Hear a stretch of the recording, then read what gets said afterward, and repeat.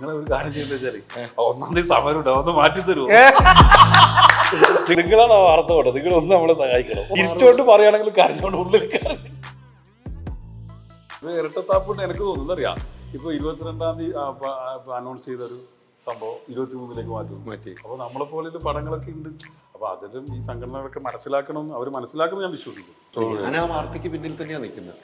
നന്നായി എല്ലാം ഒന്ന് പറഞ്ഞ് സോൾവ് ചെയ്യിക്കുക.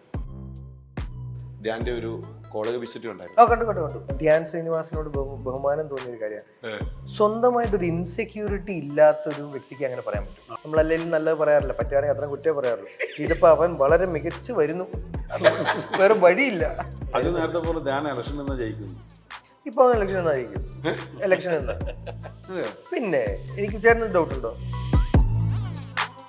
ഒരു മുന്നോട്ടൊരു നാടിനെ നയിക്കാനുള്ളൊരു കപ്പാസിറ്റി എപ്പോഴും എനിക്ക് തോന്നുന്നു നടന്മാർക്ക് ഉണ്ടാവണം. നിർബന്ധം പിടിക്കാൻ പറ്റില്ല, ഉള്ളവരുണ്ടാവാം. അപ്പോൾ എല്ലാവരും കയറി തോന്നുന്നുണ്ട്, സീനിയർ മാത്രം തോന്നുന്നില്ല. ഞാൻ ചോദിച്ചു, സീനിയർ അമ്പലത്തിൽ തോന്നാതെ നിങ്ങളെ ആ പരിസരത്ത് അടുപ്പിക്കരുത്. എന്നെയാ ആദ്യം പുറത്തു വിടുന്നത്.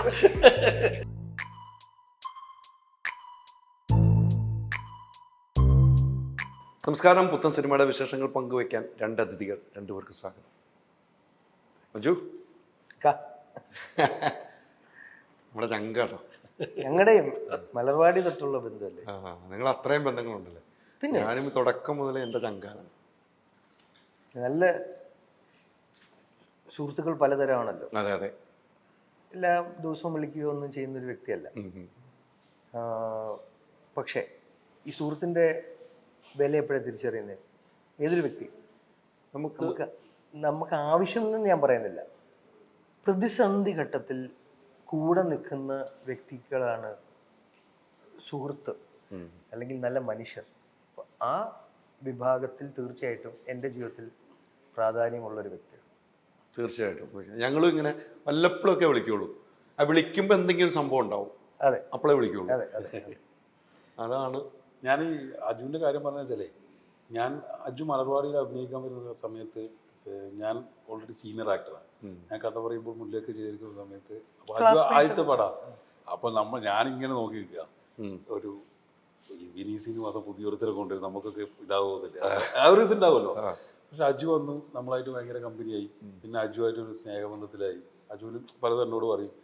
പിന്നെ എനിക്ക് തോന്നിയ ഒരു മറ്റുള്ള ചരിത്രമാണ് ഈ പറഞ്ഞ പോലെ ഐസക് ന്യൂട്ടൺ ഈ പറഞ്ഞ ഇതിൻ്റെ വിളക്കിൻ്റെ എബ്രഹാം ലിങ്കൺ വിളക്കിൻ്റെ താഴെ പഠിച്ചിട്ടാണ് മഹാനായി മാറിയതെന്ന് പോലെ അജുവിൻ്റെ വഴിയിൽ ഞാനിങ്ങനെ കണ്ടതാണ്. ഇപ്പം ഞാൻ ഈ തിയേറ്ററായിട്ട് നമ്മളെ തിയേറ്ററിലേക്ക് നമ്മൾ പടത്തിൻ്റെ പോസ്റ്റർ പോയി. അപ്പോൾ തിയേറ്ററിൽ പല ആൾക്കാരും നമ്മളെ ഡിസ്ട്രിബ്യൂട്ടറും അജു ഉണ്ടെങ്കിൽ അജുവിൻ്റെ പോസ്റ്റർ എന്തായാലും വെക്കണം കേട്ടോ. നമ്മൾ ഈ പോസ്റ്റർ ആദ്യം പറ്റിയത്. അപ്പോൾ അജുവിൻ്റെ വളർച്ച ഞാൻ ശരിക്കും കണ്ടത്, അജുവിൻ്റെ ജീവിതത്തിലെ വളർച്ച. അപ്പോൾ അജുവിനെ സ്ക്രീനിൽ കാണാൻ ഒരുപാട് ആൾക്കാർ ആഗ്രഹിക്കുന്നു. അതുപോലെ എൻ്റെ ഈ സിനിമയിൽ A to Z ഇടപെട്ടാണ്. എനിക്ക് ഒരുപാട് ഉപകാരങ്ങൾ ചെയ്തിട്ടുണ്ട്. അതൊന്നും എല്ലാം ഇവിടെ പറയാൻ പഴയതിലേക്ക് വരുന്നത് കൃത്യമായിട്ട് പറഞ്ഞു പോകണം. അതല്ല അങ്ങനെ ഇടപെട്ടുന്നില്ല. ഇടപെട്ടെന്ന് വെച്ചാൽ ഇത് സിനിമ നല്ലതാകാൻ വേണ്ടിയിട്ട് ഇതൊരു നല്ല സിനിമയാണ്. തീർച്ചയായിട്ടും സുബീഷ് ചേട്ടൻ്റെ ഇത്ര വർഷത്തെ 10-15 വർഷത്തെ ആക്ടിങ് എക്സ്പീരിയൻസ്, അതേപോലെ നമുക്ക് ഞെട്ടിച്ച ഒരാളുണ്ട് മലയാള സിനിമയിൽ, ജോജു ജോർജ്. നമുക്ക് ഇന്ന് ജോജുവേട്ടൻ എന്ന് പറഞ്ഞ മലയാള സിനിമയുടെ പുതിയ മുഖത്തിലെ ഏറ്റവും മികച്ച നടന്മാരിൽ ഒരാളാണ്. തീർച്ചയായിട്ടും സുബീഷ് ചേട്ടനും അതായി മാറുന്ന എനിക്ക് ഭയങ്കര വിശ്വാസമുണ്ട്. ഇനി മലർവാടി സമയത്ത് നമുക്ക് ഇവരൊക്കെ സീനിയേഴ്സാണ്, നാച്ചുറലി നമുക്ക് ആരെയും അറിയില്ല. അപ്പോൾ ആ സമയത്ത് ഇടവേളകളിൽ സംസാരിക്കാനും ഇടയ്ക്ക് സിഗരറ്റ് വലിക്കാനും അതിനൊക്കെ ഒരു കമ്പനി വേണമല്ലോ. അപ്പോൾ അതൊക്കെ ആ ഒരു നല്ല നമുക്ക് ആ ഫസ്റ്റ് സിനിമയിൽ നമ്മൾക്ക് എല്ലാവരെയും പരിചയപ്പെടുന്നൊരു സിനിമയിൽ നമ്മളെല്ലാവരും ഓർത്തിരിക്കും. അവരായിരിക്കും നമുക്ക് ബാക്കി നമ്മൾ സിനിമയിൽ എല്ലാവരും ചിലപ്പോൾ ഓർത്തിരിക്കണം എന്നില്ല. എൻ്റെ കാര്യം പറയണേ, അത് തെറ്റായിട്ട് വ്യാഖ്യാനിക്കപ്പെടാം. പക്ഷേ ആദ്യത്തെ സിനിമയിലുള്ളവരെ ഞാൻ എല്ലാവരെയും ഓർക്കുന്നുണ്ട്. കാര്യം നമുക്ക് ആദ്യമായിട്ടൊരു സ്ഥലത്ത് വരുമ്പോൾ നമ്മളെ പരിചയപ്പെടുന്ന ചിരിച്ച് കാണിക്കുന്ന മുഖങ്ങൾ വളരെ ഇമ്പോർട്ടൻ്റ് ആണ്. നമ്മളൊരു വീട്ടിലോട്ട് ഫസ്റ്റ് ചെല്ലുമ്പോൾ അല്ലേ, അപ്പോൾ അവിടെയാണല്ലോ നമുക്ക് ഒന്ന് പരിചയം തുടങ്ങിത്തരുന്നത് ഈ മേഖല എന്താണ്. അപ്പം ആ മെമ്മറീസ് നല്ലതാണ്. പിന്നെ നമ്മൾ വർക്ക് ചെയ്തിട്ടൊക്കെ ഉണ്ട്. പക്ഷെ അല്ലാതെ കൂടുതലും സിനിമ വർക്ക് ചെയ്തുള്ള ബന്ധത്തെക്കാളും സിനിമയ്ക്ക് അപ്പുറമാണ് ഒരു എന്നാൽ എല്ലാ ദിവസവും അല്ലെങ്കിൽ എല്ലാ മാസവും എന്നല്ല, ആ നല്ല ഊഷ്മളത വെച്ച് പുലർത്തുന്ന ഒരു ബന്ധമാണ്. അതുകൊണ്ട് തന്നെ അദ്ദേഹം ഇങ്ങനൊരു സബ്ജക്റ്റ് വന്ന് പറഞ്ഞു. അപ്പം ഞാൻ അദ്ദേഹം കഥ പറയാൻ വന്നപ്പോൾ, ഞാൻ പൊതുവെ കഥ കേൾക്കാൻ താല്പര്യപ്പെടാറില്ല, എൻ്റെ വേഷമാണ് എൻ്റെ ഉത്തരവാദിത്വം, മുഴുവൻ സിനിമയുടെ ഭാരം ഞാൻ എടുക്കാറില്ല. പക്ഷേ നിർബന്ധമായിരുന്നു കഥ കേൾക്കണം. അങ്ങനെ ഫീനിക്സിൻ്റെ ലൊക്കേഷനിൽ വന്ന് കഥ പറഞ്ഞു. കഥ കേട്ടപ്പോൾ ഞാൻ പറഞ്ഞു, തീർച്ചയായിട്ടും നിങ്ങൾ ആദ്യമായിട്ട് നായക നടനാകുന്ന ഒരു സിനിമ, അതിന് അതിൻ്റെതായ വ്യക്തിത്വമുണ്ട് ആ സിനിമയ്ക്ക്, അതിന് അതിൻ്റെതായ ഒരു മെസ്സേജ് ഉണ്ട്. അറ്റ് ദ സെയിം ടൈം അത് കൊമേഴ്ഷ്യലാണ്. നിങ്ങൾ ആ മുഖത്തിന് അനുയോജ്യമാണ്. ആ കഥാപാത്രത്തിന് എല്ലാ രീതിയിലും എനിക്ക് ഇദ്ദേഹത്തിൻ്റെ മുഖമേ കാണാൻ പറ്റുന്നുള്ളൂ ഇന്ന്. പെർഫെക്റ്റ് ആണ്. മാത്രമല്ല ആദ്യമായിട്ട് തന്നെ അതിൻ്റെ പ്രൊഡക്ഷനും എല്ലാം അദ്ദേഹം ഇടപെട്ടു. ഏറ്റവും പറ്റുന്ന ഏറ്റവും നല്ല മികച്ച ആൾക്കാരെ ടെക്നിക്കൽ സൈഡിൽ കൊണ്ടുവന്നു. ഇപ്പം അങ്കിത് മേനോനാണ് മ്യൂസിക് ഹാൻഡിൽ ചെയ്യുന്നത്, ബാക്ക്ഗ്രൗണ്ട് മ്യൂസിക്. ജയ് ഹേ ഇപ്പോൾ ഗുരുവായൂർ അമ്പലം നടയിലൊക്കെ ചെയ്യുന്നത്. അപ്പം അങ്ങനെ ഓരോ ഡിപ്പാർട്ട്മെൻറ്റ്സും, ഇപ്പം നല്ല ഡിസ്ട്രിബ്യൂഷൻ, അതൊരു സോൾ എഫേർട്ടാണ്. അതെന്തുകൊണ്ടാണ് സംഭവിച്ചിരുന്നത്? ഇത്രയും വർഷത്തെ അദ്ദേഹത്തിൻ്റെ എക്സ്പീരിയൻസ് ആണ്. ഇപ്പം ഞങ്ങൾ കോമ്പിനേഷൻ ചെയ്യുന്ന സമയത്തും സുബിചേട്ടനെ നമ്മളെപ്പോഴും കണ്ടേക്കുന്നത് കൗണ്ടർ അല്ലെങ്കിൽ ഒരു ഹ്യൂമർ അല്ലെങ്കിൽ അങ്ങനത്തെ ലൈറ്റ് സാധനങ്ങൾ. ഇതിൽ വളരെ ഇമോഷണൽ ആയിട്ടുള്ള സാഹചര്യങ്ങളിൽ അദ്ദേഹത്തിൻ്റെ പെരുമാറ്റം ഒരു നടൻ എന്നുള്ള നിലയിൽ എനിക്ക് ഒരുപാട് ബഹുമാനം ആസ് എൻ ആക്ടറും തോന്നിപ്പിച്ചു. തീർച്ചയായിട്ടും. എന്തായാലും ഈ പടത്തിൻ്റെ ടൈറ്റില് ഒരു ഭാരത് സർക്കാർ ഉൽപ്പന്നം, അത് നമുക്ക് ഓർമ്മ വരുന്നത് സർക്കാർ ആശുപത്രിയിലെ ഒരു ബാനറാണ് അല്ലേ? അത് അന്ന് ഇറങ്ങുന്ന കുടുംബാസൂത്രം അല്ലേ? ആ സമയത്താണ് ഈ ഒരു ബോർഡ് വരുന്നത്. ഇതിൽ പറഞ്ഞു പോകുന്നുണ്ട്. ഇതിലേറ്റവും എനിക്ക് ആ ടീച്ചറിലൊക്കെ ഉള്ള ഒരു സാധനം ഉണ്ടല്ലോ, നിരോധ് പൊട്ടിക്കുന്നത്. ഇപ്പോൾ അത് പല ഇൻസ്റ്റയിലും മില്യൻ അടിച്ചുകൊണ്ടിരിക്കുകയാണ്, കട്ട് ചെയ്തിട്ടപ്പോൾ. കണ്ടിരുന്നല്ലോ അല്ലേ? ഭയങ്കരമായിട്ട് വലുതായിക്കൊണ്ടിരിക്കുകയാണ്. പക്ഷെ ഇത്തരം ഒരു സബ്ജക്റ്റ് നമ്മൾ പറയുമ്പോൾ ഈ ആളുകളുടെ എണ്ണം കുറയ്ക്കുക അല്ലേ എന്നാണല്ലോ അതിൽ ഉദ്ദേശിക്കുന്നത്. അത് പിന്നീട് ചർച്ചയിലേക്ക് പോകുമെന്ന് ഒരു ഭയപ്പെടുന്നുണ്ട് ഈ ഒരു സിനിമ ഇറങ്ങിക്കുമ്പോൾ. അല്ല, ഈ സിനിമ എന്തായാലും സമൂഹത്തിൽ ചർച്ചയാവും. ഞാൻ വേറൊരു കാര്യം പറഞ്ഞു വെച്ചാൽ, അജു പറഞ്ഞ പോലെ ജാഫർക്ക് ഇതിൽ അഭിനയിച്ചിട്ടുണ്ടായിരുന്നു.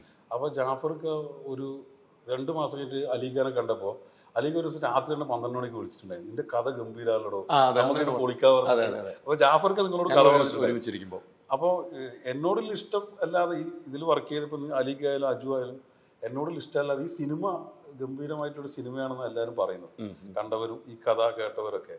അപ്പോൾ ഈ സിനിമ നിങ്ങൾ നേരത്തെ പറഞ്ഞ ചോദ്യത്തിന് ഉത്തരം, ഈ സിനിമ എന്തായാലും ചർച്ചയാവും.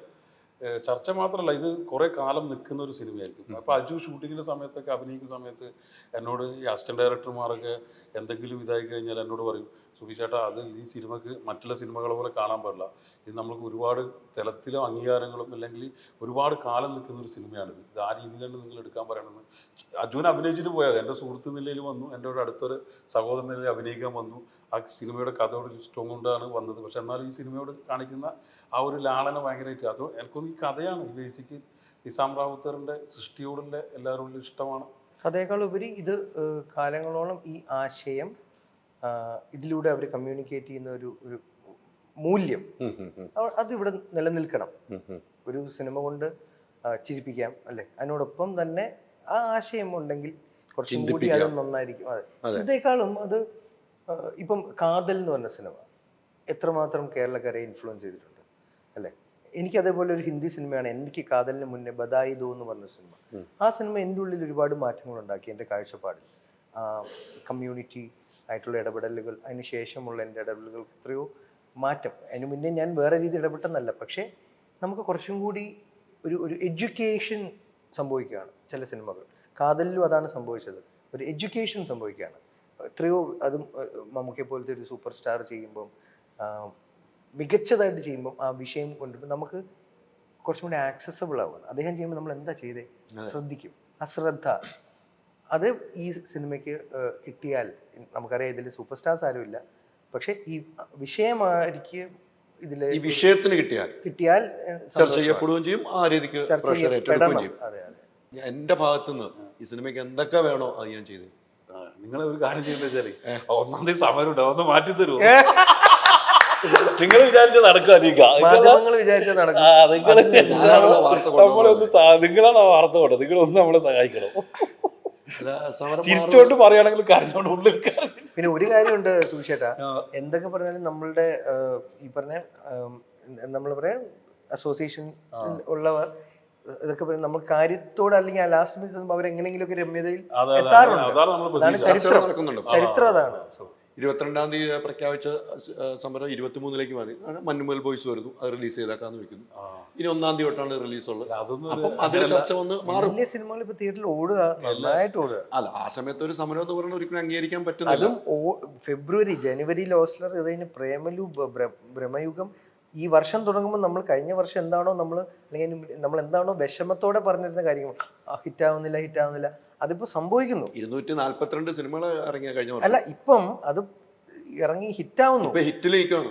നമുക്ക് ഫെബ്രുവരി ആയിട്ടേ ഉള്ളൂ. അതെ അതെ. അപ്പൊ തന്നെ നമ്മൾ ഈ തെങ്ങിന്റെ ഇതിൽ കൊണ്ട് നമ്മൾ ഇതൊഴിക്കില്ലേ എന്ന് പറയുന്ന പോലെ. അല്ല, അത് അങ്ങനെ എല്ലാവരും പറയുന്നുണ്ട്. അത് പക്ഷെ ഞാൻ പോസിറ്റീവായിട്ട് കാണുന്നു.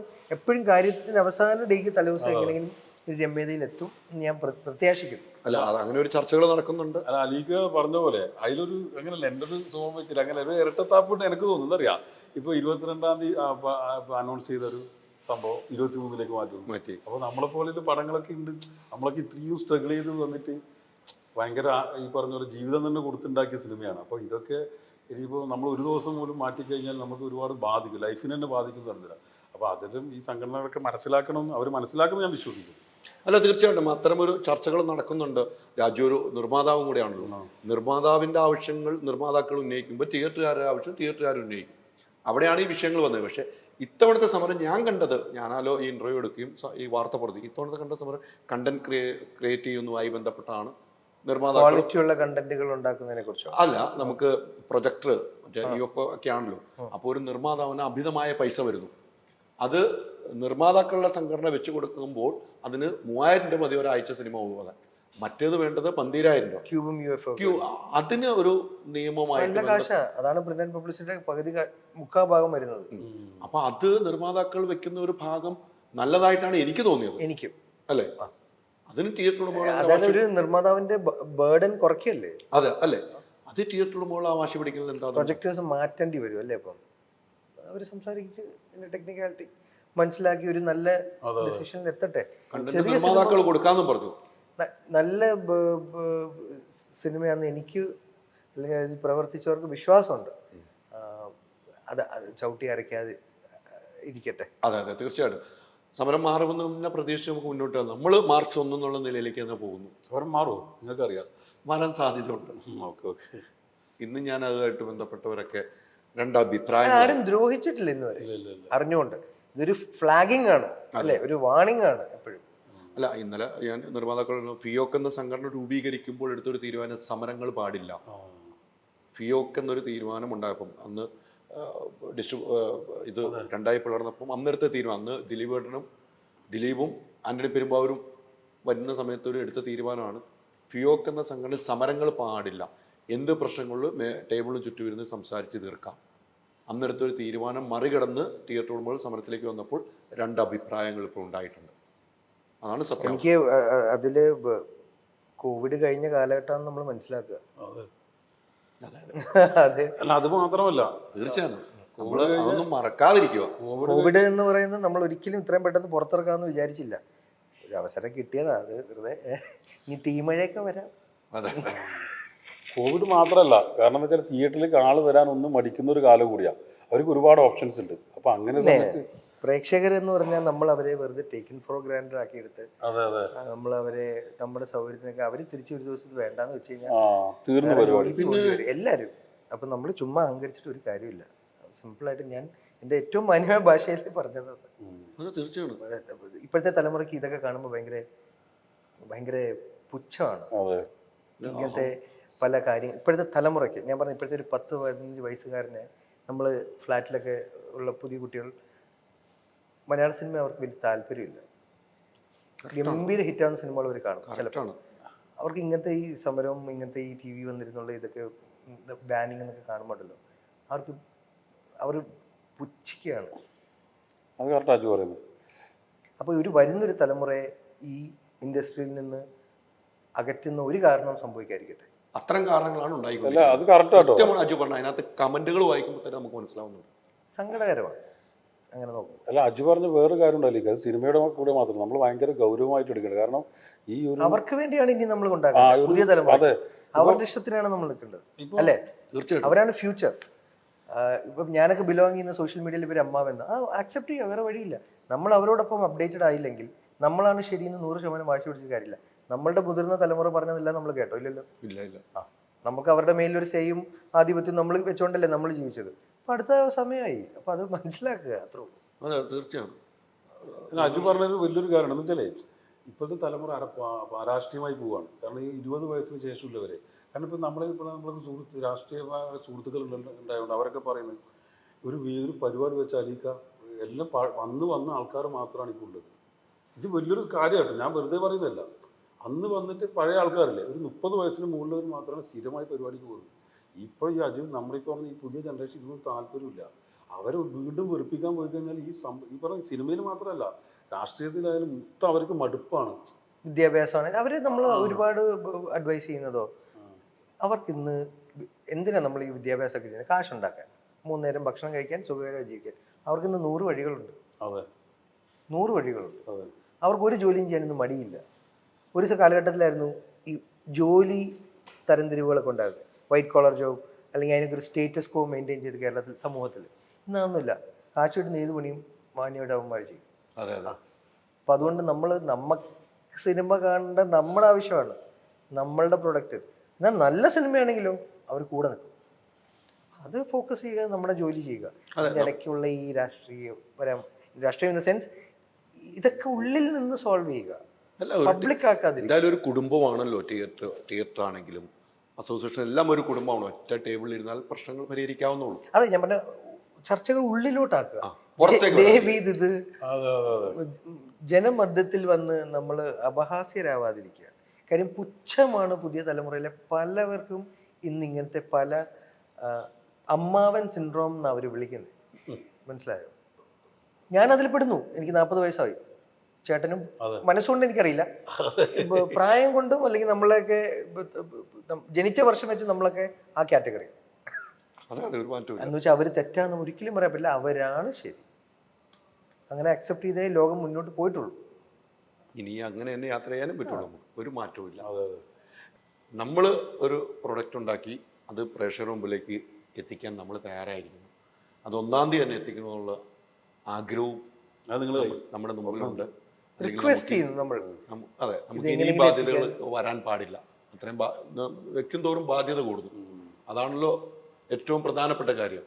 ഇങ്ങനെ എത്രയോ സിനിമകൾ, ഇപ്പം ഈ ഒരു സിനിമ അങ്ങനെ എത്രയോ സിനിമകൾ ഉണ്ട്. ഉറപ്പല്ലേ റിലീസ് ചെയ്യാൻ ഇപ്പോൾ ആഴ്ചയിൽ 2-3 സിനിമകൾ ഉള്ളപ്പം ഇതേ അവസ്ഥയിലുള്ള എത്രയോ സിനിമകളുണ്ടോ? അതെ അതെ. അപ്പം നമുക്കൊരു തീരുമാനത്തിൽ എത്തുമ്പോൾ നമുക്ക് ഞാൻ പോസിറ്റീവായിട്ട് കരുതുന്നു. ലാസ്റ്റ് നിമിഷം നമ്മളുടെ അസോസിയേഷനിലുള്ള എല്ലാ സീനിയേഴ്സും നമുക്ക് ഫേവറബിൾ ആയിട്ടുള്ളൊരു ഇത് കിട്ടുന്നുള്ളൂ. ഇത് വേറൊരു കാര്യം ഉണ്ടായിരിക്കാം. നമ്മളെ സിനിമയിൽ ഗൗരി ജി കൃഷ്ണൻ അവതരിപ്പിക്കുന്ന ഒരു കഥാപാത്രം ആശാ വർക്കറാണ്. 15 വർഷമായിട്ട് ഈ ആശാ വർക്കർ എന്ന് പറയുന്നൊരു സംഭവം തുടങ്ങിയിട്ട് അവർ ഈ കൊറോണ കാലത്ത് അവർ ടച്ച് ചെയ്യാത്ത അല്ലെങ്കിൽ അവർ സഹായിക്കാത്ത ഈ 3.5 കോടി മലയാളികൾ ആരും ഉണ്ടാവില്ല. കാരണം അവരെ കഥ പറയുന്ന ഒരു സിനിമയാണ്. അപ്പോൾ എനിക്ക് ഏറ്റവും വിഷമമുണ്ടാക്കുന്ന ഒരു കാര്യം എന്ന് വെച്ചാൽ അവരെ സിനിമ കാണിക്കാൻ വേണ്ടി നമുക്ക് ആദ്യം നമ്മൾ തീരുമാനിച്ചത് നമുക്ക് എന്തെങ്കിലും കിട്ടുവാണെങ്കിൽ നമ്മൾക്ക് കുറച്ചെടുത്തിട്ട് അതിൽ ഒരു വീതം അവർക്ക് കൊടുക്കാമെന്ന് പറഞ്ഞു. അപ്പോൾ അങ്ങനെ തീരുമാനിച്ചു. കാരണം നമ്മൾ ശരിക്കും റിയൽ ആശാ വർക്കർമാരിൽ അഭിനയിച്ചു. അപ്പോൾ ആശാ വർക്കറിൻ്റെ ഞാൻ എൻ്റെ നമ്മളെ ബ്രദറായ നമ്മളെ രാജേഷാറിനെ വിളിച്ചു പറഞ്ഞു, TV രാജേഷ്. അപ്പോൾ രാജേഷാറിനെ അവർ സംസ്ഥാന നേതാവിനെ പരിചയപ്പെടുത്തി, പ്രേമ, കോഴിക്കോടായി. അപ്പോൾ വന്നിട്ട് അവർ പറഞ്ഞു നമുക്ക് സിനിമ കാണുന്നത്. അങ്ങനെ ഒരു 38 പെണ്ണുങ്ങൾ ലാൽവീഡിലേക്ക് വരിക, കൊച്ചിയിൽ. എന്നിട്ട് ലാൽവീഡിൽ വന്നു. ലാൽവീഡിൽ ഇത് പുതുമയാണ്. കാരണം സിനിമക്കാർ എല്ലായിടത്ത് പോകുന്ന സ്ഥലത്ത് അവരൊക്കെ നോക്കുക. ഓരോ 38 പെണ്ണ് കേരളത്തിൻ്റെ പല സ്ഥലങ്ങളിലും. ഞാനും എൻ്റെ കൂടെ ഉണ്ടാകുന്ന എൻ്റെ എക്സിക്യൂട്ടീവ് പ്രൊഡ്യൂസർ നാഗരാജ്, പിന്നെ ഇതിൻ്റെ കണ്ടന്റ് ഫാക്ടറിയുടെ സതീഷ് ചേട്ടൻ, ഉസ്മാൻ, വർക്കിച്ചൻ, ഈ 5 ആളേ ഉള്ളൂ, 5 വണ്ടി. അപ്പോൾ ഇവരാണ് കുറേ ആൾക്കാരുണ്ട്. അപ്പോൾ അങ്ങനെ ഇവരൊക്കെ കൊണ്ട് സിനിമ കാണിച്ചു. അവർ സിനിമ കണ്ടിറങ്ങുമ്പോൾ തൊട്ട് ഞാൻ ഹാപ്പിയാണ്. അവർ പറഞ്ഞു ഈ സിനിമ നമ്മൾ വിജയിപ്പിക്കും, ഇത് ഓരോ മലയാളിയും കാണേണ്ട പാടാവാം. ഞാൻ അതോടെ അജുനെ വിളിച്ചില്ല, ഞാൻ വിളിച്ചു എല്ലാ അപ്ഡേറ്റ്സും പറയും. ഞാൻ ആദ്യം വിളിക്കുക അജുവാണ്, പിന്നെ ലാൽജോ സാറ്, പിന്നെ വിജയ് ബാബു, അങ്ങനെയാണ് പോവുക. അപ്പം അതിലൊരു വിശ്വാസം കൂടി. എന്നിട്ട് അവരെ അതാ ഞാൻ പറഞ്ഞു വരുന്നതാ, അവർ പിന്നെ അലിക്ക് നമുക്ക് വേണ്ടിയിട്ട് എല്ലായിടത്തും ജില്ലാ കൺവെൻഷൻ വിളിച്ച് ഈ പടം വിജയിപ്പിക്കും 1-ാം തീയതി. ഞാൻ അവിടെ 8 ജില്ലാ കൺവെൻഷനിൽ പങ്കെടുത്തു. ഒരു കോഴിക്കോട് നമുക്ക് 3500 ആൾ, ഇന്നലെ തിരുവനന്തപുരം 500 ആൾ. ഇന്നലെ തിരുവനന്തപുരത്ത് ഞാൻ പോയിട്ട് വരിക. അപ്പോൾ ഓരോ ആൾക്കാർ അവർ വീട്ടിലിറങ്ങി പരിപാടി വിജയിപ്പിക്കുക. അപ്പോൾ അവർ എന്നെ രാവിലെ വിളിച്ച് സമരം ഉണ്ടല്ലോ, സിനിമാ സമരം, എനിക്കിതൊന്നും പറയാൻ പറ്റണ്ടേ, ഞാൻ എന്താ പറയുക. അത് നമ്മളുടെ പ്രശ്നമായി മാറി. ആ നമ്മളാണല്ലോ സാധാരണ പുറത്തുനിന്നൊരു വിഷയമല്ല, നമ്മുടെ അകത്ത് പ്രശ്നം തന്നെ നമ്മുടെ സിനിമയ്ക്ക് വരുന്നു. അതാണ് ഞാൻ നേരത്തെ പറഞ്ഞത്. അല്ല, ഇത്രയും ഇത് ആൾക്കാർ ജനത്തിന് മുന്നിൽ എത്തുമ്പം അവരെന്തെങ്കിലും ചെയ്തിട്ടാണോ? അതെ അതെ. നിങ്ങൾ തന്നെ പ്രശ്നം ഉണ്ടാക്കി, നിങ്ങൾ തന്നെ പ്രശ്നം ഉണ്ടാക്കി, നിങ്ങളുടെ പ്രൊഡക്റ്റ് വേണം എന്ന് പറഞ്ഞു. അല്ല, ഞങ്ങൾ കാണുന്നു പറഞ്ഞു. ആദ്യം നിങ്ങളുടെ പ്രശ്നം തീർക്കും. അവര് അതാണ് പ്രശ്നം. പ്രശ്നം ഉണ്ടെങ്കിൽ ആരും അറിയാതെ മുറിയിൽ നിങ്ങളെ ആ പരിസരത്ത് അടുപ്പിക്കരുത്. എന്നെയാ ആദ്യം പുറത്തു വിടുന്നത്. ഇതിപ്പോ നമുക്ക് ആദ്യം ടെൻഷൻ വന്നത്. കറങ്ങി ഞാൻ ഇത് ഷൂട്ട് ചെയ്യുമ്പോൾ ആശാ വർക്കർ ചേച്ചിമാരുള്ളപ്പോൾ ഒരു ഇൻസിഡന്റ് എന്ന് പറഞ്ഞാൽ എനിക്ക് ഇച്ചിരി മെഡിക്കൽ ടേംസ് വരുന്ന, ഞാൻ ഹെൽത്ത് ഓഫീസറായിട്ടാണ്, ടേംസ് വരുന്ന സംഭാഷണത്തിൽ വേർഡുകളുണ്ട്.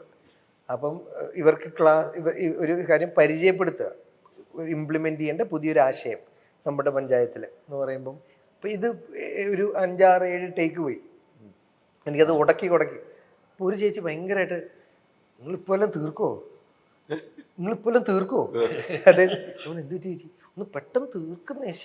അപ്പോൾ ഞാൻ വീണ്ടും ചേച്ചി ഇപ്പം ഞാൻ തീർക്കും, വീണ്ടും തെറ്റും. ചേച്ചി ഇയാള്, ഞാൻ ചോദിച്ചു അല്ല നമ്മൾ ആക്ടേഴ്സിനെ അല്ലേ വെച്ചേക്കുന്നേ, റിയൽ ആശാ വർക്കേഴ്സ്. ആ ചേച്ചിക്ക് അതുകൊണ്ട് വേണം വീട്ടിൽ പോയിട്ട് ഭക്ഷണം ഉണ്ടാക്കി, അല്ലെങ്കിൽ വീട്ടിൽ പോകണം രാത്രി 8-8. ആ ഞാൻ ആക്ടേഴ്സാണെന്ന് വിചാരിച്ചിരിക്കണേ. അപ്പൊ ചേച്ചി ഒന്ന് വേഗം തീർക്കുന്ന ഇയാള് തെറ്റിക്കൊണ്ടിരിക്കുക. ഞാൻ ഒരു ചേച്ചിക്ക് വേണ്ടി ആഞ്ജനയ എന്ന് പറഞ്ഞിട്ട്, പക്ഷെ എന്നിട്ട് 2 ടേക്ക് കൂടെ പോയി തെറ്റി. സോറി പറഞ്ഞു. അല്ല അത് തെറ്റായി വീട്ടിൽ പോകണം. പിന്നല്ലാതെ ഇത് അഭിനയിച്ചുകൊണ്ടിരുന്ന അവരുടെ ഡേ ടു ഡേ നാളെ രാവിലെ എണീറ്റ് പോണ്ടേ. അല്ല അതിന് തെറ്റാനുള്ള കാരണം തെറ്റ് 2 ടേക്കേ പോലും. അത് വെച്ചാൽ നമ്മുടെ സിനിമയുടെ പ്രധാനപ്പെട്ട സാധനങ്ങൾ അത് കൃത്യമായി ഡോക്യുമെന്റ് പറയുന്ന കുറച്ച് സാധനങ്ങളാണ്. അപ്പോൾ അതുകൊണ്ടാണ് അത് കൃത്യമായി പറയുന്നത്. അപ്പോൾ ഇവർക്കാണെങ്കിൽ അത് അറിയില്ല. ഇവർ അജുന 1 മണിക്ക് കണ്ട്, അജുന ആദ്യം കണ്ട് പിന്നെ ഇവർക്ക് ഇവരെ പരിപാടികൾ 100 കോളുകൾ വരിക. ഈ ആശമാരുടെ എല്ലാ നാട്ടിലെ എല്ലാ സ്പന്ദനങ്ങളും അറിയണമല്ലോ. അപ്പോൾ ഇവർക്കാണെങ്കിൽ ഇവർക്ക് 5 മണി കഴിഞ്ഞ് 6-7 മണി വരെ എടുത്തു. അപ്പോൾ അവർ പറഞ്ഞു നാളെ തരുന്നതാണ്. പക്ഷെ അവർ പൂർണ്ണമായി സഹകരിച്ചു. പിന്നെ എല്ലാവരും നമ്മുടെ ഫംഗ്ഷന്റെ ഡേ ഒക്കെ എല്ലാരും. അപ്പൊ നമുക്ക് പിന്നെ അവിടെ ഷൂട്ട് ചെയ്തത് നമ്മളുടെ സ്ഥലം എവിടെയാണ്? നീലേശ്വരം, തുരുത്തി. നമ്മളെ പ്രൊഡ്യൂസർ നാടാ, കൃഷ്ണാട്ടല്ല, ഒരു പ്രൊഡ്യൂസർ നാടാ. അവിടെയാണ് ഷൂട്ട് ചെയ്തത്. അപ്പൊ നമുക്ക് ഈ സിനിമ റിലീസിങ് ഈ ആശാപ്രവർത്തകർ എല്ലാവരും കാണാൻ റെഡി ആയിട്ടിരിക്കുവാണ്. എന്റെ അലീക്ക നിങ്ങൾ ചിലപ്പോൾ നമ്മളത് പുറത്തു വിടാത്തോണ്ടാ. ഭയങ്കര ഗ്രാസ് റൂട്ട് ലെവൽ വർക്ക് നടന്നു കൊടുക്കുക. അത് വൻ വർക്കാണത്. അതുകൊണ്ട് തിയേറ്റേഴ്സിനോട് നമ്മൾ റിക്വസ്റ്റ് ചെയ്യുന്നു, നിങ്ങൾ എങ്ങനെയെങ്കിലും സമരം നിങ്ങളൊന്ന് അവരോട് പറയുന്നത്. ഞാനാണോ ഒരു അങ്ങോട്ടും ഇങ്ങോട്ടും ഇരുന്നൊരു അതെ അതെ ഒരു അല്ല പിടിച്ചിരും പറഞ്ഞ ഞാൻ ആ വഴിക്ക് പോകാതിരുന്നാ മതി. അല്ല ഞാൻ ആ വഴിക്ക് പോയതുകൊണ്ട് ഈ വാർത്ത അറിഞ്ഞത്, അല്ലെ രഹസ്യമായിട്ട് അടച്ചിട്ടാണ്. അങ്ങനെ നടക്കാൻ ഇപ്പൊ നിങ്ങൾ ഇത് അറിഞ്ഞത് കൊണ്ട് നിങ്ങൾ തന്നെ ഇത് സോൾവ് ചെയ്യണം. ഞാൻ ആ വാർത്തക്ക് പിന്നിൽ തന്നെയാണ് നിൽക്കുന്നത്. നന്നായി. എല്ലാം ഒന്ന് പറഞ്ഞ് സോൾവ് ചെയ്യുക. നിർമ്മാതാക്കളുടെ സിയാദക്ക അതുമായിട്ട് വന്നു, തിയേറ്റർ അടച്ചിടാൻ പറ്റില്ല, അങ്ങനെ അടച്ചിട്ട് ആ തിയേറ്ററുമായിട്ട് സഹകരിക്കില്ല, ഞങ്ങൾ ഒഴിവാക്കൂ, രമ്യതയിൽ സംസാരിച്ച് അങ്ങനെ അഭിപ്രായങ്ങൾ വരുന്നത്. എന്തായാലും എനിക്ക് എൻ്റെ ഒരു പേഴ്സണൽ ആയിട്ട് എൻ്റെ ഒരു കാഴ്ചപ്പാട് എന്തായാലും ചർച്ച ചെയ്ത് പരിഹരിക്കുമെന്നാണ്. പോകുന്നുള്ള കാര്യത്തിൽ ഒരു മാറ്റവും. ഞാൻ നിങ്ങൾ ഇനി അങ്ങോട്ട് എല്ലാ ദിവസവും വിളിക്കും, കാര്യം അപ്ഡേറ്റ് ചെയ്യാൻ വേണ്ടി, അപ്ഡേറ്റ് അറിയാൻ വേണ്ടി. 2 ദിവസത്തിനുള്ള തീരുമാനമാവും. സൂപ്പർ, ഒരു മാറ്റമില്ല. 23-ാം തീയതി കഴിഞ്ഞാൽ പിന്നെ വെച്ചാൽ ഈ ഞാൻ കണ്ട ഈ സമരം വെച്ചാൽ റംസാൻ വരുവാണ്, വലിയ സിനിമയൊന്നുമില്ല, അപ്പൊ പിന്നെ ഒന്ന് അടച്ചിട്ടാലും കുഴപ്പമില്ല എന്നൊക്കെ ചിന്തിക്കുന്ന. പണ്ടത്തെ പോലെ അല്ല ഇപ്പൊ സിനിമകൾ ഒരുപാട് വെയിറ്റിംഗ് ആണ് ഇറക്കാൻ. പിന്നെ നമ്മളെ സിനിമ എത്ര കാലം റെഡി ആയിട്ട് അറിയോ, ഇത് വലിയ സിനിമകൾ വലിയ സിനിമകൾ റംസാൻ കാലഘട്ടത്ത് ഇറക്കില്ല. അപ്പൊ ചെറിയ സിനിമകൾ ആ സമയത്ത് ഇറക്കാൻ പറ്റേക്കുക. കാര്യം വലിയ സിനിമകൾ ഇല്ലല്ലോ. കുറച്ച് പ്രേക്ഷകർ ആ സമയത്ത് തിയേറ്ററിൽ വന്നില്ലെങ്കിലും തിയേറ്ററിൽ ഇറങ്ങി കാണുക എന്നുള്ളതാണല്ലോ ആത്യന്തികമായി ആളുകൾ കാണാനുണ്ടാവും. അപ്പൊ അവർക്കെങ്കിലും വേണ്ടി ഇറക്കാൻ. മറ്റേ വലിയതിന്റെ കൂടെ ഇപ്പൊ ബ്രഹ്മയുഗത്തിന്റെ കൂടെ നമ്മൾ ഇത് ഇറക്കുക, അല്ലെങ്കിൽ ഈ പറഞ്ഞ പോലെ മഞ്ഞുമേൽ ബോയ്സിനുള്ള ഹ്യൂജ് ആന്റിസിപ്പേഷനുള്ള സിനിമകളാണ്, വലിയ താരനിരയും വലിയ സംവിധായകനുള്ള. അപ്പൊ നമ്മൾ അത് ഒഴിവാക്കി ഒരു ഇച്ചിരി സേഫ് എടുത്ത് ഒരാഴ്ച കഴിഞ്ഞ് നമ്മൾ വെക്കുന്നത്. അതെ അതെ, നമുക്ക് നോക്കാം അങ്ങനെ സിനിമ കേട്ടോ. ധൈര്യമായിട്ടിരിക്കും. ഓക്കെ, നമ്മൾ കൂടെ ഉണ്ട്. അല്ല തിയേറ്ററുകാരായാലും അല്ല, നമ്മൾ ചർച്ചയിലൊക്കെ ഭാഗമാവും എല്ലാ കാര്യങ്ങളും. ഈ ഇടയ്ക്ക് ഗംഭീരമാണ്, പ്രതീക്ഷയ്ക്കപ്പുറമാണ് നമ്മൾ ഒരു സിനിമ കാത്തിരിക്കുകയാണ് വർഷങ്ങൾക്ക് ശേഷം. എനിക്ക് അതിന്റെ കഥകളൊന്നും അറിയില്ല. ഞാൻ അതിലൊരു 5-6 അതെ ഇത്രയും തന്നെ ഉള്ളൂ, 6-7 ദിവസം അഭിനയിച്ചുള്ളൂ. ടീസർ ഹ്യൂമറസ് ആണ്. ഒരു രക്ഷയില്ല, ഒരു രക്ഷയില്ല. പടം ഫുൾ അങ്ങനെ ഹ്യൂമറസ് അല്ല. പക്ഷെ എനിക്ക് ഏറ്റവും ആ സിനിമയിൽ ഇഷ്ടപ്പെട്ട അഭിനയിച്ച് ഞാൻ ഡബ് ചെയ്തപ്പോൾ കുറച്ചുകൊണ്ട് എനിക്ക് ധ്യാൻ ശ്രീനിവാസൻ, നിവിൻ പോളി, അവർ രണ്ടുപേരും എന്നെ ഒരുപാട് നിവിൻ പോളിയുടെ ആ ഒരു ഇപ്പം ലവ് ആക്ഷൻ്റെ പ്രൊമോഷനിൽ ഞാൻ പറഞ്ഞ സാധനമുണ്ട്, ദിനേശിൻ്റെ ഷോ ആയിരിക്കും പടം.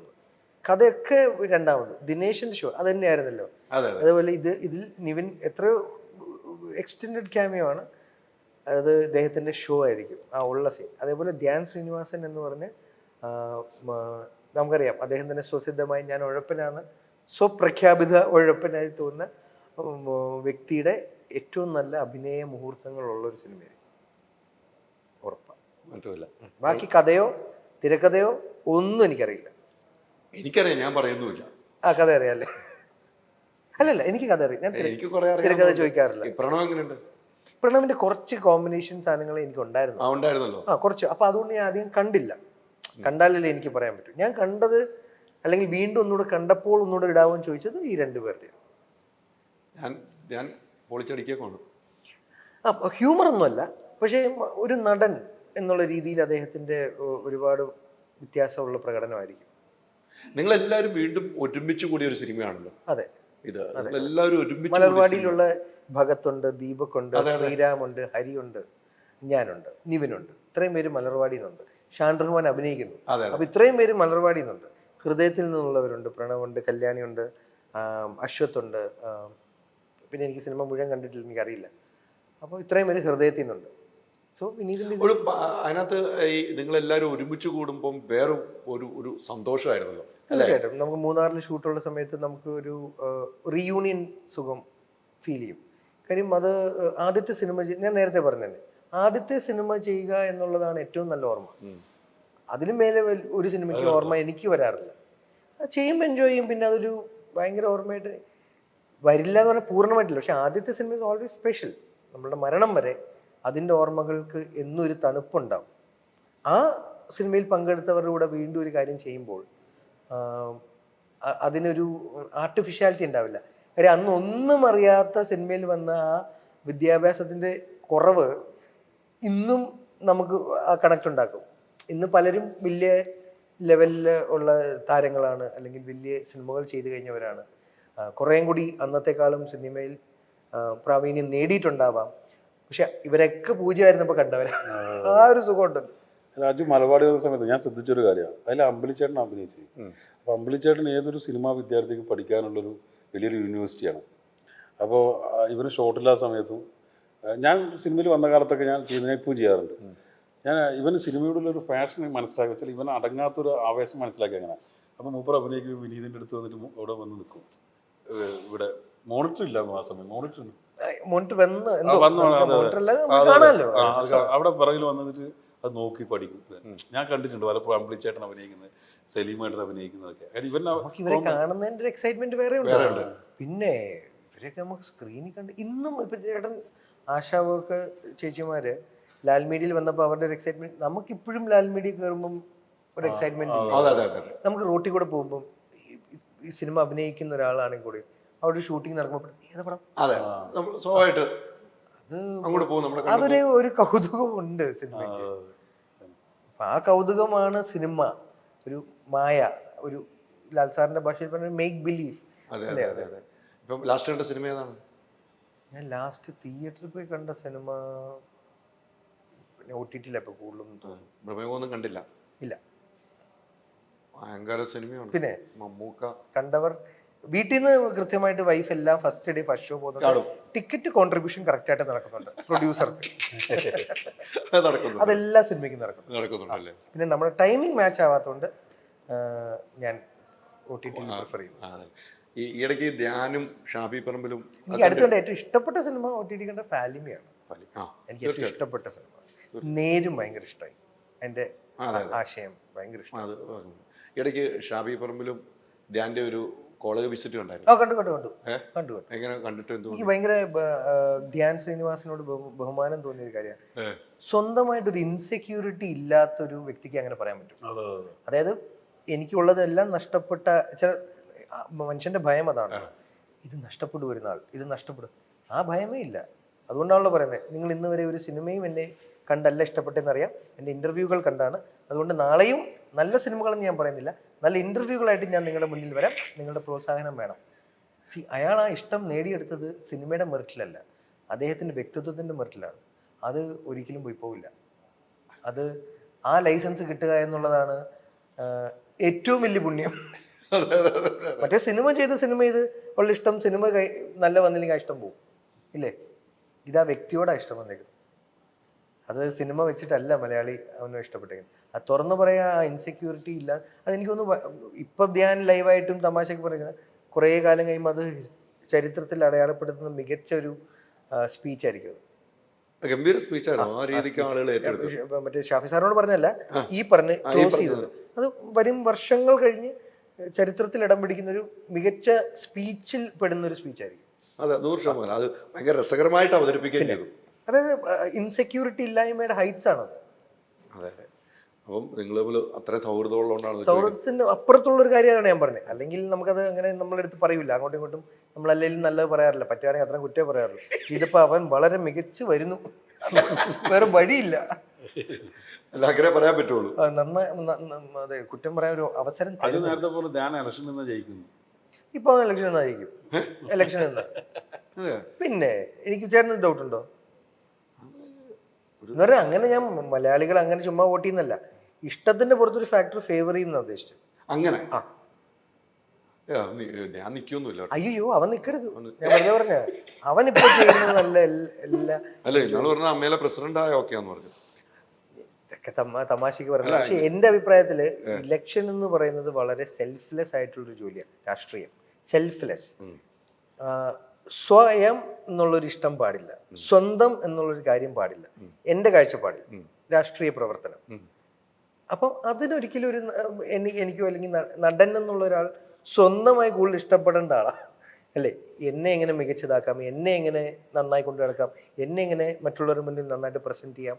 ഇന്ന് രണ്ടാ ആശയങ്ങളുണ്ടാവാം, പക്ഷേ അതെപ്പോഴും ഒരു സ്മോൾ സർക്കിളിൽ നിൽക്കുക എന്നേ ഉള്ളൂ.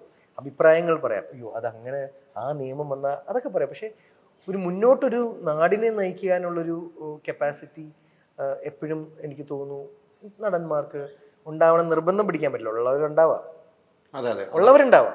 പക്ഷെ ഞാൻ പറഞ്ഞ മറ്റേതാ, നടന്മാർ കൂടുതലും അവരിലോട്ടാണ് എല്ലാം ശ്രദ്ധിക്കുന്നത്. അതായിരിക്കണമല്ലോ അവരുടെ ജോലി. ക്യാമറ നിൽക്കുമ്പോൾ അവർ പ്രസന്റബിൾ ആയിരിക്കുക, അവരുടെ കഥാപാത്രം നന്നാക്കാൻ നോക്കുക, എല്ലാം സ്വയമാണ്. മറ്റേതല്ല, സ്വന്തം എന്ന് പാടില്ല, എല്ലാം മറ്റുള്ളവർക്ക് വേണ്ടി. രണ്ടും രണ്ടാ. തീർച്ചയാണ്, രണ്ടും രണ്ടാണ്. അപ്പോൾ നമുക്കിത് ലൂസ് ടോക്കി പറഞ്ഞ അവനിപ്പോ ഇലക്ഷൻ എന്നാ ജയിക്കുന്നുള്ളത് അത്രയും ജനകീയത കൈവരിച്ചു. അല്ല അല്ല അത് ഒരു മാറ്റമില്ല, ജനകീയത കൈവരിച്ച ഒരു വ്യക്തി തന്നെയാണ്.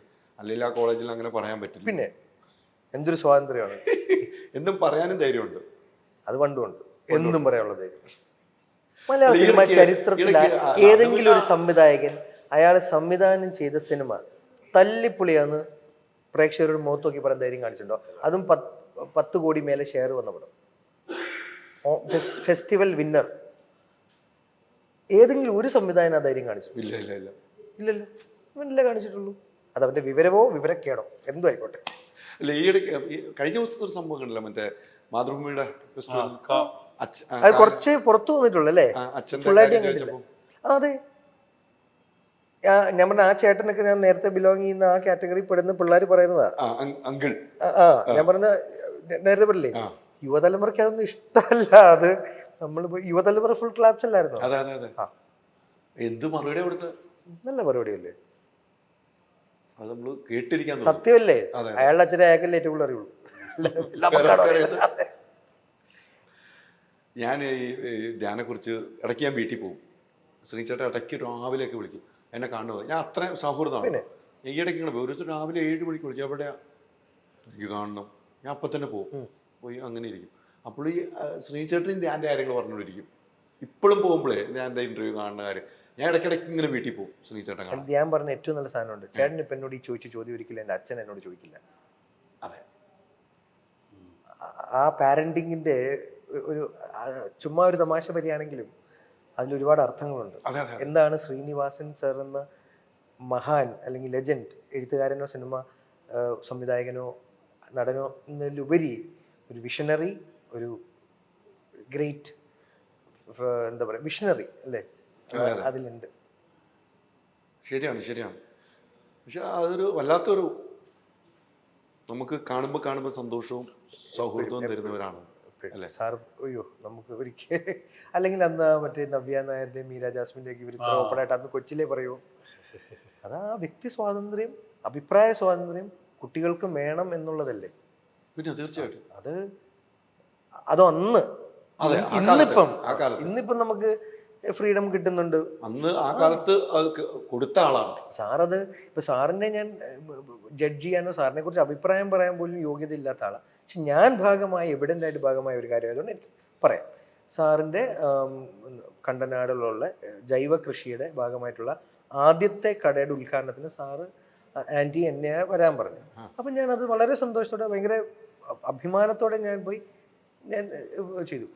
വരും ദിവസങ്ങൾ മാസങ്ങൾ കഴിഞ്ഞ് പറഞ്ഞ് ആ ഒരു വ്യക്തിയുടെ പ്രചോദനം അല്ലെങ്കിൽ പ്രേരണയാൽ ആ ഭാഗത്തുള്ള മിക്ക സ്ഥലത്തും ജൈവകൃഷി പോപ്പുലർ ശീലമായി. അതാണ് യഥാർത്ഥത്തിൽ രാഷ്ട്രീയ പ്രവർത്തനം. ചെയ്യുന്ന ജോലി തൊഴിൽ മേഖലയല്ല, influencing people to do the right thing അല്ലേ? ആ കാര്യത്തിൽ സീനിയേട്ടൻ്റെ നിലപാട് ഭയങ്കര സംഭവം. നിലപാടുള്ള ഏറ്റവും നല്ലൊരു മനുഷ്യർ സിനിമയിൽ കണ്ട ഞാൻ പറഞ്ഞ അരവിന്ദൻ, എനിക്ക് സീനിയർ അറിയാലോ, സീനിയേട്ടൻ കഥ പറയുമ്പോൾ അറബിക്കഥയിൽ ആദ്യമായിട്ട് അഭിനയിക്കുമ്പോഴാണ് ഞാൻ സീനിയേട്ടൻ കാണുന്നത്. അപ്പോൾ സീനിയേട്ടൻ എന്നോട് ഭയങ്കര ഇഷ്ടം തോന്നി. അറബിക്കഥയിലേക്ക് ഞാനിങ്ങനെ സിനിമ അന്വേഷിച്ച് കിടക്കുന്ന കാലം. അപ്പോൾ എന്നോട് ചോദിച്ചു, സാർ ഇവിടെയുണ്ട്. ഞാൻ വീട്ടിലിരിക്കുകയാണ്, ഒരു 4-5 ദിവസം ഒരാഴ്ചക്ക് ഫ്രീ ആകണം, എനിക്ക് ഡേറ്റ് തരുമോ ചോദിച്ചു. എൻ്റെ പടം തുടങ്ങുന്നില്ല. അപ്പോൾ കഥ പറയുമ്പോൾ അപ്പോൾ ഞാൻ സീനിയറെ വിളിച്ചാണ് വേഗം എടുത്ത് വിട്ടു. അപ്പോൾ എനിക്ക് 2 ദിവസം കഴിഞ്ഞാൽ ഇത് ഷൂട്ടില്ലു. അങ്ങനെ പ്രൊഡക്ഷൻ എനിക്ക് നേരത്തെ 2 ദിവസം റൂം എടുത്ത് തന്നു. അപ്പോൾ അങ്ങനെ ഞാൻ എന്നിട്ട് ഈ അരവിന്ദൻ്റെ അതിൽ കഥ പറയാൻ വെച്ചാൽ നമ്മൾ ക്ലൈമാക്സ് എടുക്കുക. ഞാൻ അതിൽ അഭിനയിച്ചിട്ടുണ്ട്. അപ്പോൾ എല്ലാവരും കയറി തോന്നുന്നുണ്ട്, സീനിയറിനെ മാത്രം തോന്നുന്നില്ല. ഞാൻ ചോദിച്ചു, സീനിയറിന് അമ്പലത്തിൽ പോയി തോന്നാത്തെ? അപ്പോൾ സീനിയറിനെ പറയാം, എൻ്റെ നിലപാട് ഇതാണ്. മൂകാംബിയുടെ മുന്നിൽ അത് ആ നിലപാട് എനിക്കൊന്ന് ഈ ധ്യാനിൻ്റെ വർത്തമാനത്തിലൊക്കെ ഉറച്ചൊരു സംഭവമുണ്ട്. അത് കൃത്യമായിട്ട് പ്രതിഫലിച്ചിരിക്കുന്ന ധ്യാനിലാണെന്ന് എനിക്ക് ഭയങ്കര സാറിനെ അങ്ങനെ അടുത്ത് പരിചയമില്ല. എനിക്ക് ഭയങ്കരമായിട്ട് പരിചയമുണ്ട്. ഇപ്പൊ ചേട്ടനൊക്കെ കൂടുതൽ സമയം കിട്ടിയിട്ടുണ്ട്. എനിക്ക് ഈ പറഞ്ഞ പോലെ ഭയങ്കരമായ, ഞാൻ സാറിനോട് തന്നെ പറഞ്ഞിട്ടുണ്ട്, എന്ത് ഇൻഫീരിയോറിറ്റി കോംപ്ലക്സ് അടിക്കും. ഭയങ്കര വിവരവും ഉള്ള ഒരാളുടെ അടുത്ത് പോയി ഇരിക്കാൻ യോഗ്യത ഇല്ല എന്നതുകൊണ്ട് തന്നെ മാറിയിരിക്കും. എന്തെങ്കിലും വിളിച്ചു ചോദിച്ചാൽ, ഇങ്ങോട്ട് എന്തെങ്കിലും ചോദിച്ചാൽ പറയുന്നല്ലാതെ അങ്ങോട്ട് പോയി ഇരിക്കാൻ തന്നെ നമുക്ക് ഇവരോടൊക്കെ എന്ത് പറയും. ഞങ്ങളിരിക്കുമ്പോൾ ഈ പറഞ്ഞ ഒത്തിരി വിവരമുള്ള ഒരാളുടെ അടുത്ത് പോയി ഇരിക്കുന്ന ഒരു ഫീല. ഞങ്ങളിരിക്കുമ്പോൾ തമാശകളാണ് പറയുന്നത്. എന്നെ വിളിച്ചാലും കുറേ സംസാരിക്കും അല്ലേ? അയ്യോ അങ്ങനെ ഭാഗ്യം കിട്ടിയിട്ടില്ല. ദൂരം കാര്യം സംസാരിക്കുന്നു. ആ വീട്ടിലേക്ക് പോകാൻ എപ്പോഴും ഒരു സ്വാതന്ത്ര്യമുള്ള ഒരു വ്യക്തിയാണ്. പിന്നെ ഞാൻ അസുഖമായിട്ട് കിടന്നപ്പോഴും ആശുപത്രിയിലാണ് ഇപ്പോൾ, വീട്ടിലാണ് ഇപ്പോൾ, നമ്മൾ കാര്യങ്ങൾ പറയും പുള്ളി, കുറേ കാര്യങ്ങൾ. ശ്രീചേട്ടൻ്റെ ഇപ്പോഴും ആ പഴയ കാര്യങ്ങൾ ഓർത്തെടുത്ത് പറയുന്നു കേൾക്കുമ്പോൾ നമുക്ക് എന്ത് കഥകളാണ് പറയുന്നത്. ഈയിടയ്ക്ക് വന്നിട്ട് നമ്മുടെ എസ്.എൻ. സ്വാമിയുടെ പടത്തിൻ്റെ ഇവിടെ വന്നിട്ട് പറഞ്ഞ മമ്മൂക്കാട് ഒരു സാധനം പറഞ്ഞു കേട്ടു. അതാണ് എല്ലാം ഓർത്ത് പറയുന്ന ആളാണ്. അത്രയും ആ ഒരു കാലത്ത് ശരിക്കും യൂണിവേഴ്സിറ്റി അല്ലേ, ആ ഒരു കഴിവ് ശരിക്കും ധ്യാനാണുള്ളത്. ഉണ്ട്, ഓർത്ത് പറയുന്നത് അതുണ്ട്. ധ്യാനം എല്ലാം ഓർമ്മയിൽ. പിന്നെ വാക്കുകൾ രസകരമായി വന്ന് വീഴാറുണ്ട് ധ്യാനിന്. അതെ. അതുകൊണ്ടല്ലോ ഒരു സ്പീച്ച് കൊടുക്കുമ്പോൾ അല്ലെങ്കിൽ ഒരു രസിപ്പിച്ച് സംസാരിക്കുക, അതിലിച്ചിരി പൊടിപ്പും തൊങ്ങലൊക്കെ ആവാം, ഒരു കുഴപ്പമില്ല, രസമുണ്ടല്ലോ. ഇപ്പൊ ധ്യാൻ ഹേർട്ട് ചെയ്ത് പറയുകയാണെങ്കിലും ആ കേൾക്കുന്ന ആൾക്ക് ഹേർട്ട് തോന്നില്ല. എന്നെ കുറിച്ച് പറഞ്ഞൊരു ഭയങ്കര രസകരമായിട്ടാണ്. ചില സമയത്ത് ഇയാളുടെ സംസാരം കേട്ടാൽ തോന്നും ഭയങ്കര ബുദ്ധിയുള്ള ആളാണ്, ചില സമയത്ത് തോന്നും മരപ്പൊട്ടനാണ്. ഇത് കേൾക്കുന്ന എനിക്ക് ഒരു വിഷമം ഉണ്ടാകുന്നില്ല. അതാണല്ലോ ആ പറയുന്ന ആളുടെ നമ്മളപ്പോ. എന്നാൽ ചിലരുണ്ട്, നമുക്കറിയാം, തമാശ പറഞ്ഞാൽ നമുക്ക് തമാശ മനസ്സിലാകത്തുമില്ല. അത് നമുക്ക് അവരോട് തന്നെ ഒരു ദേഷ്യം വരും. നമ്മൾ ഉൾക്കൊണ്ട് പോകാൻ പറ്റുന്ന ഒരാളാണ്. സീനിയറിന്റെ ഡയലോഗുകൾ. ഇപ്പൊ ധ്യാന്റെ കല്യാണത്തിന്റെ തലേന്ന് ഈ കണ്ണൂരാണല്ലോ കല്യാണം ഉണ്ടായത്. അപ്പൊ അപ്പോൾ എന്നോട് സീനിയേട്ടൻ പറഞ്ഞു നീ എൻ്റെ കൂടെ നിൽക്കണം. അപ്പോൾ ഞാൻ സീനിയേട്ടൻ്റെ കൂടെ. അപ്പോൾ സീനിയേട്ടൻ്റെ കുറച്ച് സുഹൃത്തുക്കളുണ്ടായിരുന്നു. ഞാൻ സീനിയേട്ടൻ്റെ റൂമിൽ നിന്ന് പോകുമ്പോൾ ആ സുഹൃത്തുക്കളൊക്കെ അവിടെ ഉണ്ടായിരുന്നു. ഞാൻ തിരിച്ചു വരുമ്പോൾ അവരൊന്നും ആരില്ല. ഞാൻ സീനിയേട്ടൻ അവരൊക്കെ ഇവിടെ പോയി, അവരൊക്കെ അന്തരിച്ചു വന്നു.